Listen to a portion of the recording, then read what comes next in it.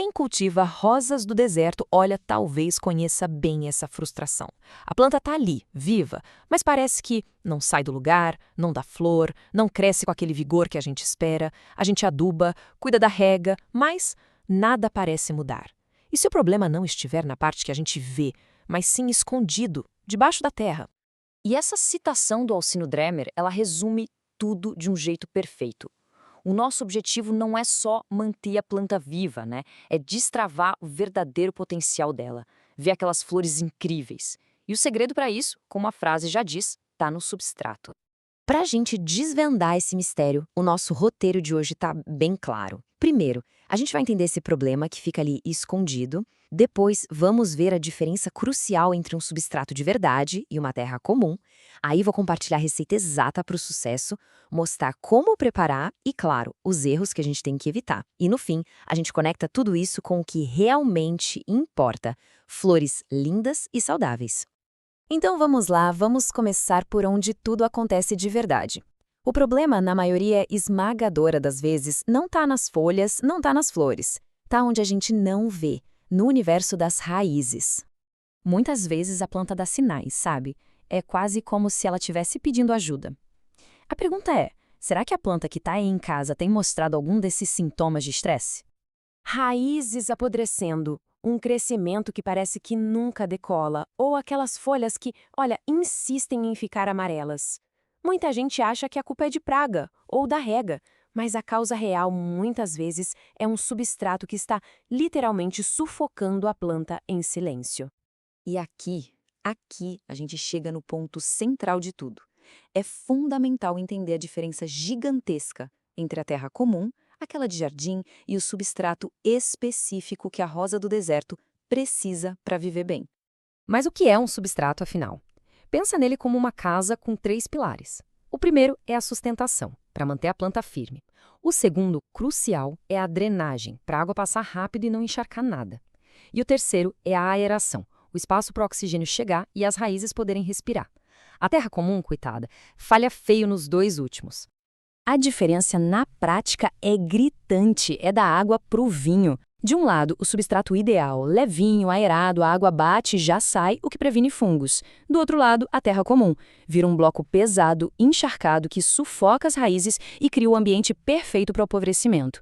É tudo que a gente não quer.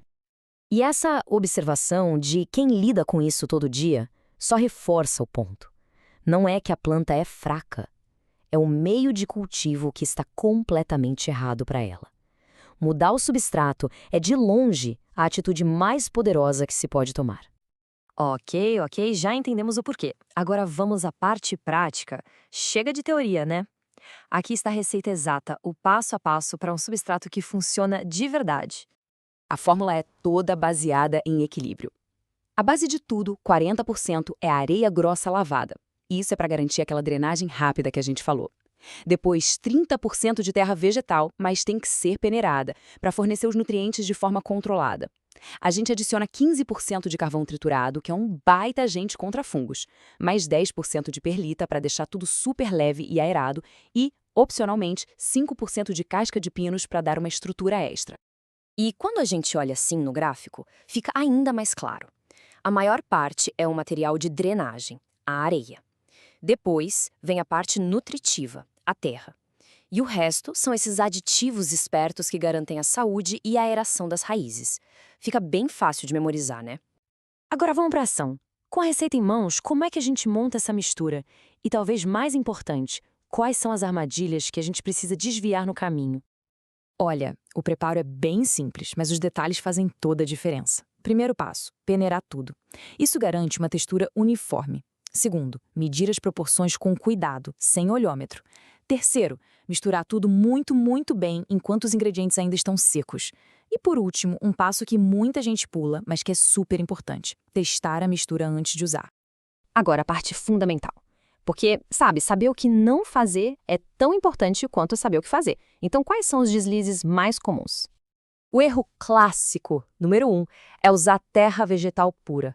Ela compacta e sufoca as raízes. Outro erro comum é exagerar na matéria orgânica. Na ânsia de nutrir a planta, a pessoa acaba criando um solo que retém umidade demais. E claro, Esquecer a areia grossa ou a perlita, ou não peneirar os componentes, são erros que simplesmente destroem a drenagem da mistura. Certo, a mistura está pronta. Mas como testar 100% de certeza que ficou boa mesmo antes de colocar a planta ali? Existem 2 testes caseiros muito simples para tirar essa prova. O primeiro é o teste da rega. É bem visual. Coloca o substrato num vaso e joga água. A água tem que escoar pelos furos de drenagem quase que na mesma hora. Se formar uma pocinha em cima, mau sinal. A drenagem não está boa o suficiente. O segundo é o teste do aperto. Pega um punhado do substrato já úmido e aperta na mão. Quando abrir a mão, ele tem que se esfarelar, se soltar. Se ele formar um torrão compacto, tipo argila, quer dizer que ele vai compactar no vaso e asfixiar as raízes. E agora vamos fechar esse ciclo. Vamos conectar toda essa ciência do substrato com o resultado final que todo mundo quer. Uma planta saudável, com o caudex bem firme e, claro, as tão sonhadas flores. A lógica aqui é direta e muito poderosa. Um substrato correto leva a raízes saudáveis. Raízes saudáveis conseguem sustentar um caudex firme e um crescimento vigoroso. E uma planta vigorosa é uma planta que floresce, simples assim. Tudo começa lá embaixo, na base. E essa citação final amarra tudo.